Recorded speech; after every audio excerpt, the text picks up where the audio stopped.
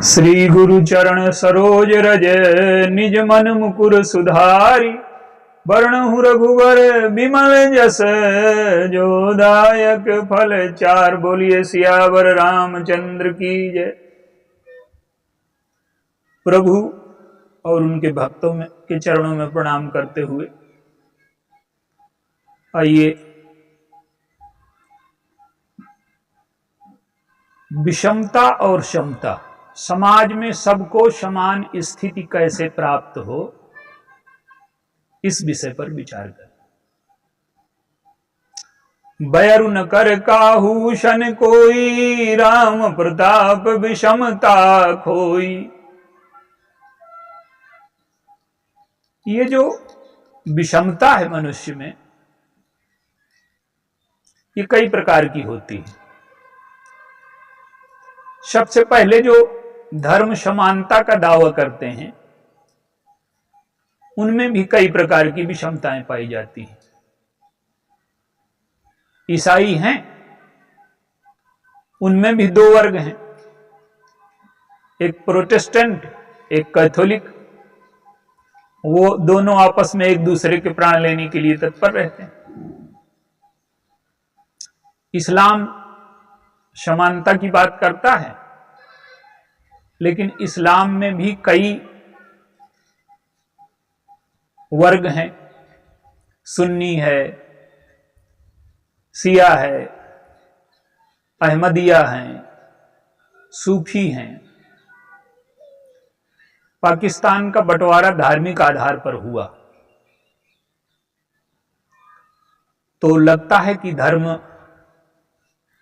प्रमुख था, धर्म के आधार पर देश बना। लेकिन यहां से जो गए मुसलमान, उनको पाकिस्तान ने नहीं स्वीकार किया मन से। वो मुहाजिर कहलाए, वो निष्कासित रहे, वो सम्मान नहीं मिला। अपने यहां देखिए जो सनातनी है, उनमें भी एक समस्या है। क्या कि जाति के आधार पर बढ़ गया।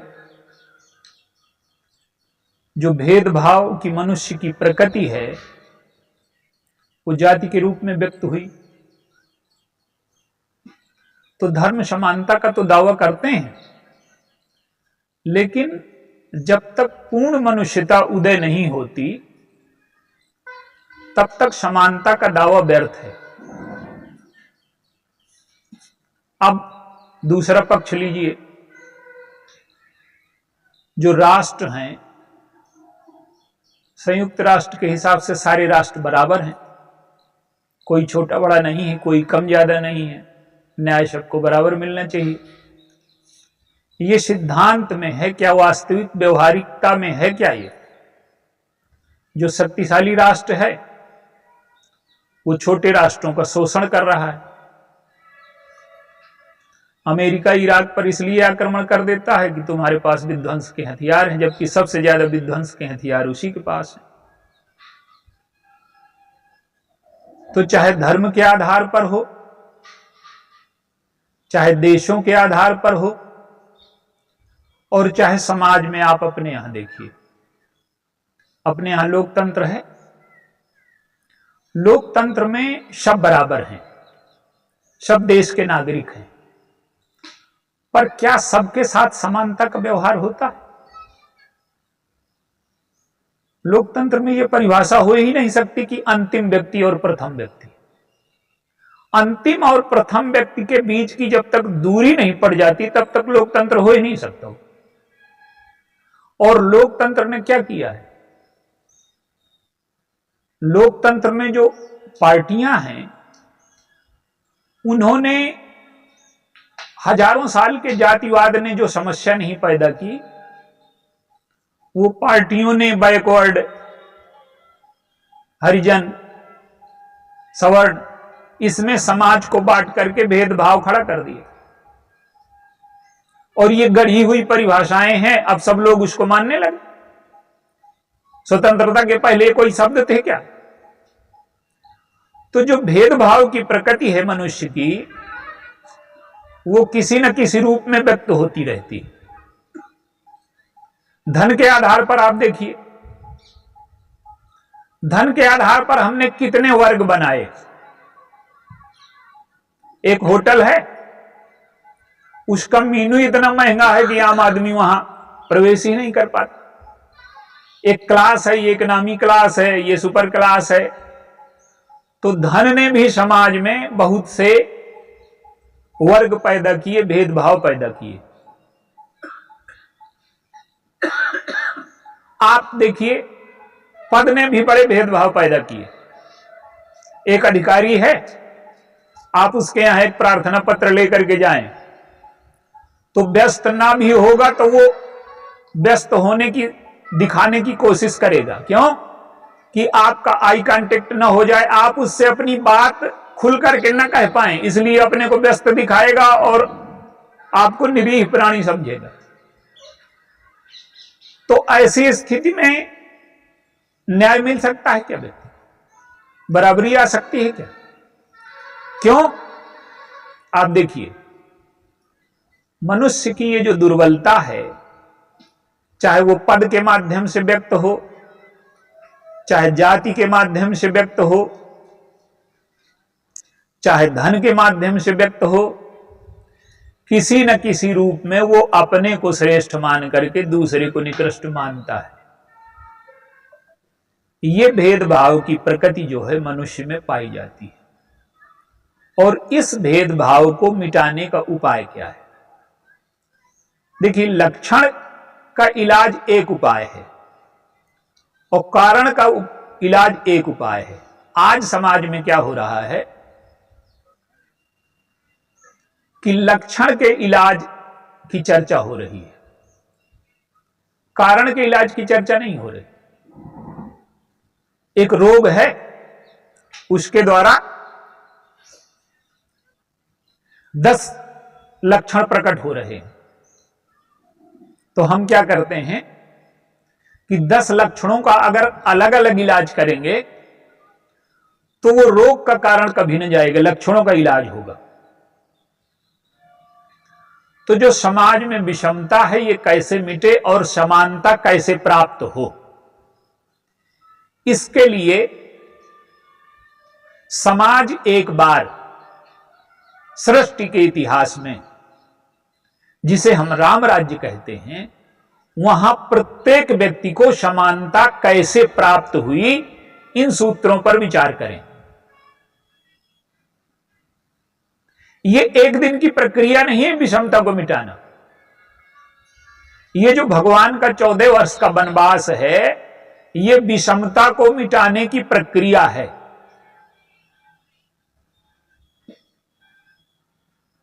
आप इसका छोटा स्वरूप आप देखिए, आपके जीवन में सारी की सारी प्रवृत्तियां रहती हैं।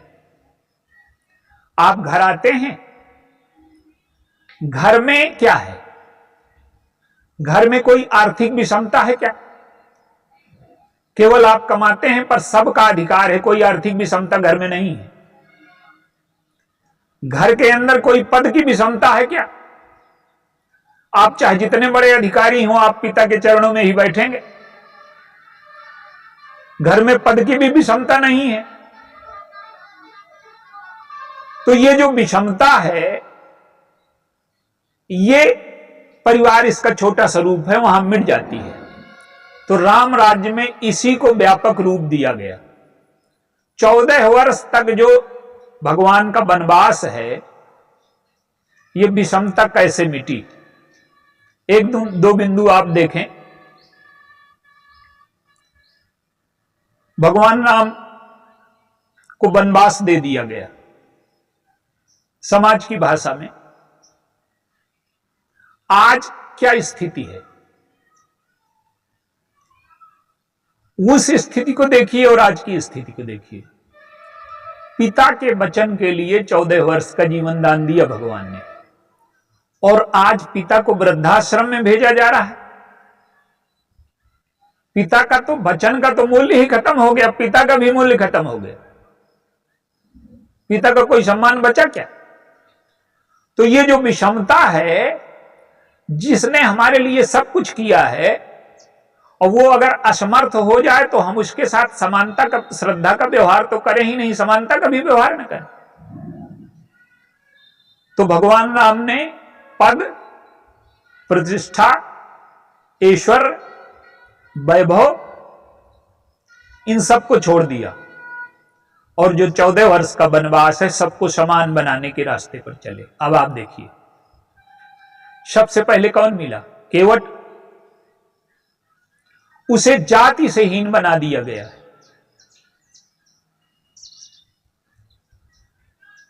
वो इतना हीन बना दिया समाज ने कि जासु छाह छुई ले सींचा,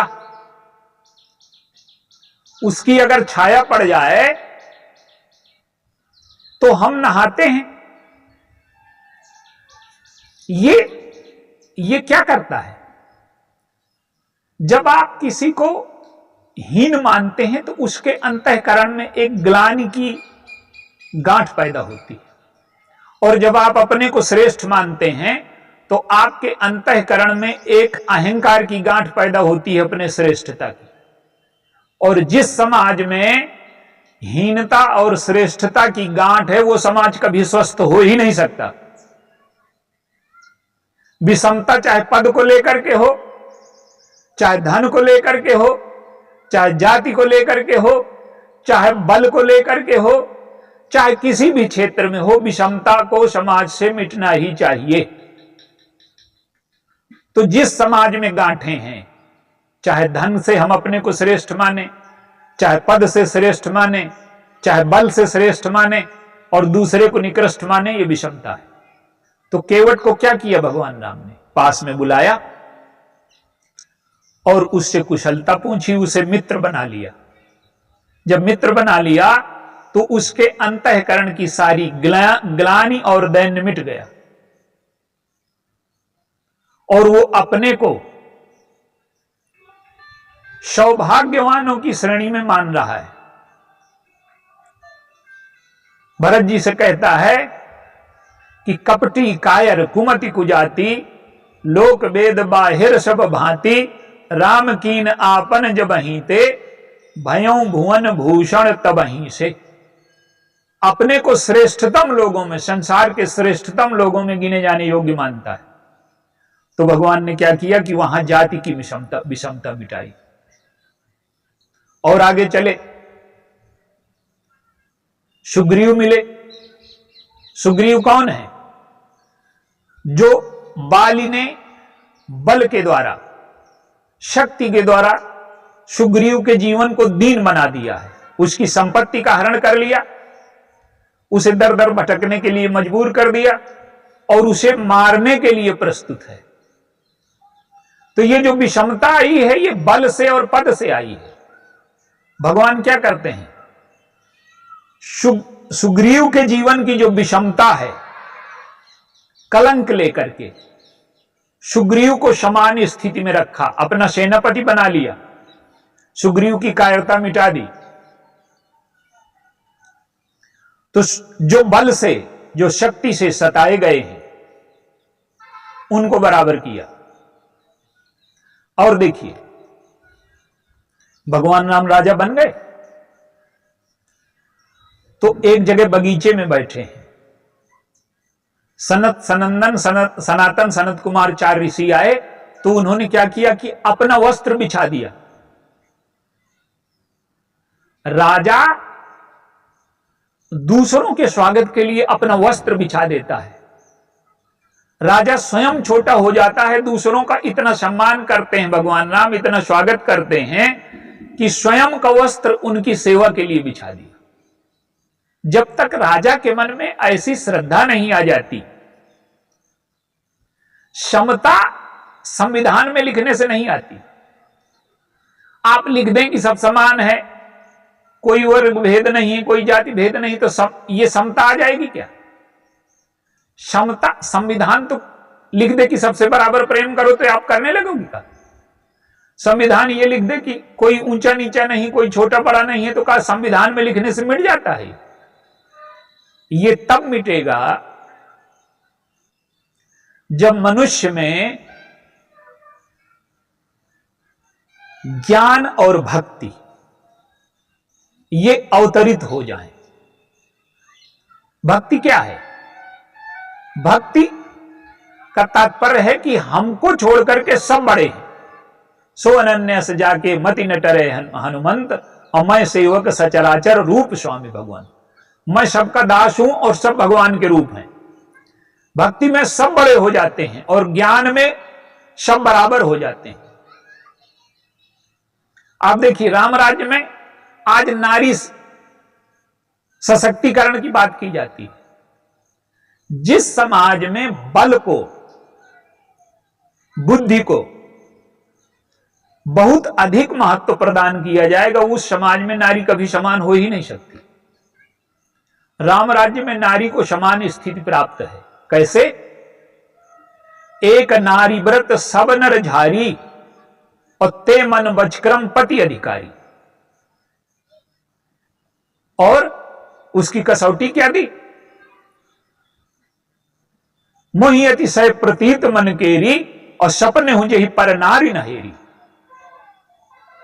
और उत्तम के असभस मन माही, सपने हूं आन पुरुष जग नाही।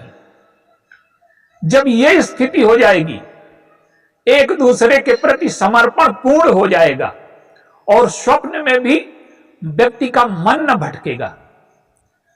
स्त्री दूसरे पुरुष को न कभी चाहेगी, न पुरुष। तो यह समानता आती है जब जीवन में प्रेम उतर आता है, जीवन में समत्व उतर आता है। आप देखिए, बल और बुद्धि जिस समाज में श्रेष्ठता के मापदंड होंगे, तो बलवान और बुद्धिमान दूसरों का शोषण करने से हिचकेगा नहीं कभी। तो बल और बुद्धि को लगाना कहां है? बल और बुद्धि, बल कृपा में लग जाए। आपका पुत्र है, छोटा है, उसमें कोई सामर्थ्य नहीं है, असमर्थ है, अज्ञान है, तो समाज में जो पिछड़ गए हैं, जो असमर्थ हैं, जो अज्ञानी हैं, उन पर जो लोग समर्थ हैं, जो बलवान हैं, उन पर कृपा करें। और पुत्र आपसे बड़ा हो जाता है वात्सल्य की वजह से, प्रेम की वजह से, तो समाज में समता तब होगी जब बल और बुद्धि, स्नेह, कृपा और श्रद्धा से जुड़ जाएं।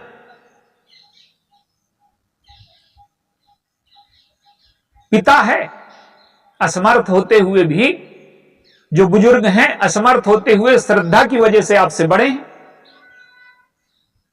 पत्नी है, एक पैसा नहीं कमाती, लेकिन वो प्रेम की वजह से उसके अधिकार आपसे ज्यादा हैं।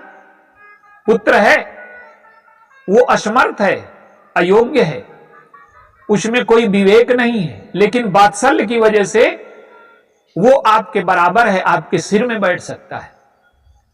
तो जब समाज श्रेष्ठता और योग्यता को महत्व देना ही है, विद्वता को महत्व देना है, लेकिन श्रेष्ठता, योग्यता, विद्वता अपने को श्रेष्ठ बनाने की स्थिति में न रह करके जो छोटे हैं उनको श्रेष्ठ बनाने में लग जाए। भगवान राम क्या करते हैं? अपने को श्रेष्ठ बनाने गए हैं क्या?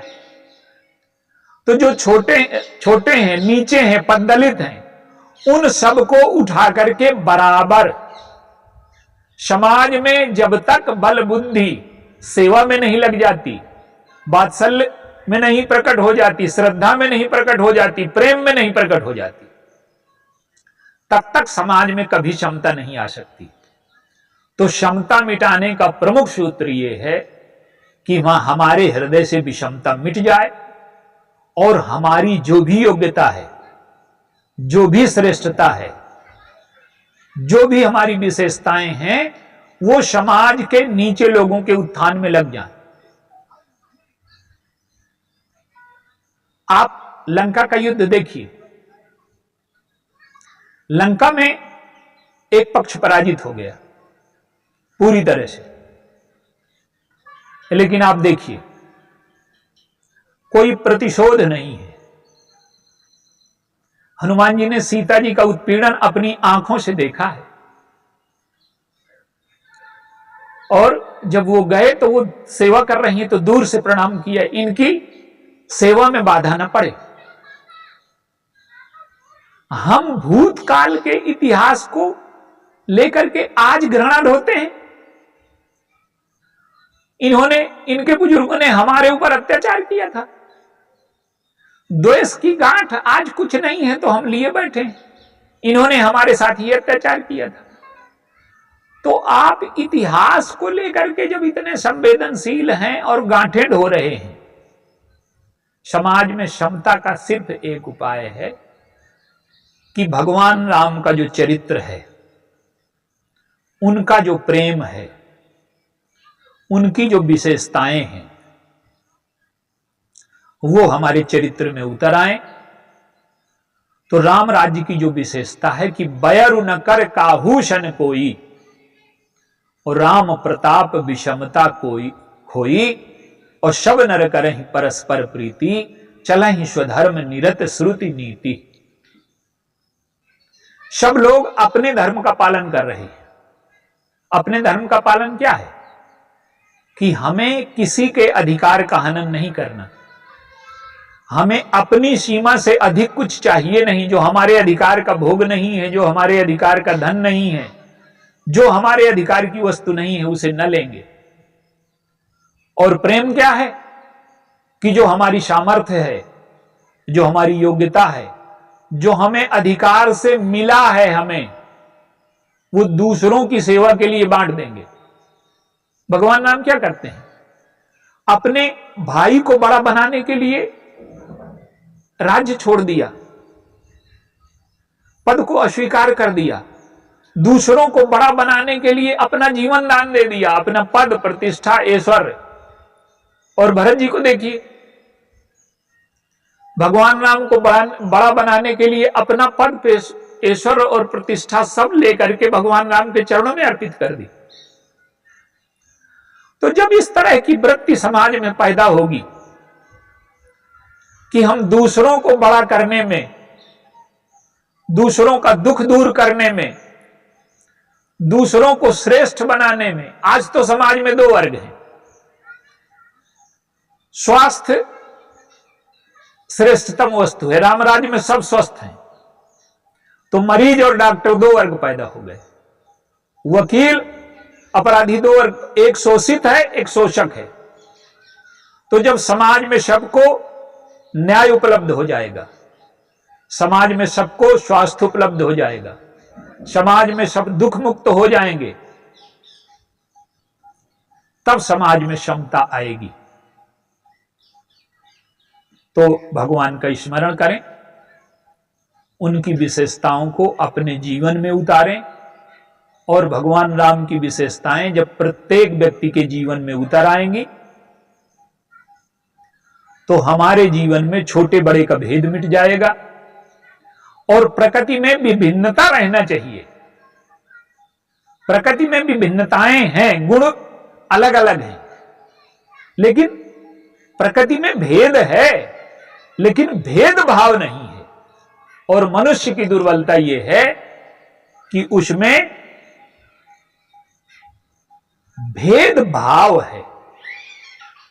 तो जब मनुष्य का भेदभाव मिट जाए और विभिन्नताओं का स्वागत करे वो, और अपने अंदर में समता ले आए, जब हम अपने अंदर समत्व ले आएंगे और प्रत्येक व्यक्ति समता ले आए, भगवान की भक्ति ले आए, प्रेम ले आए,